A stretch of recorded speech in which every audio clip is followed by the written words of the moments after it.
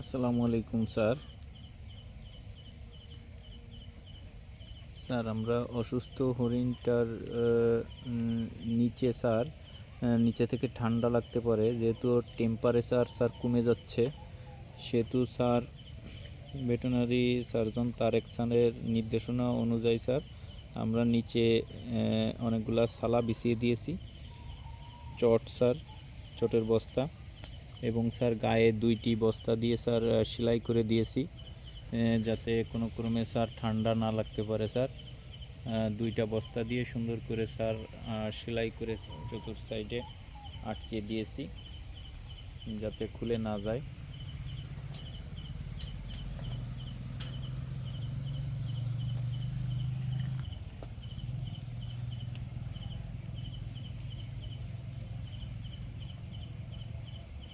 আসসালামু আলাইকুম স্যার।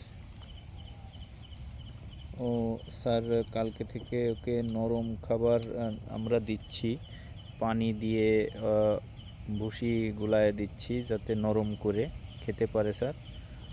আর স্যার নরম যেমন কলা দিচ্ছি, বেশিরভাগই নরম পাতা দিয়েছিলাম স্যার আজকে, কিন্তু নরম পাতাটা বেশি একটা খাচ্ছে না, তাই আমরা বেশিরভাগই একটু কলা বা নরম যেগুলো খাবার আছে সেগুলো দিচ্ছি স্যার।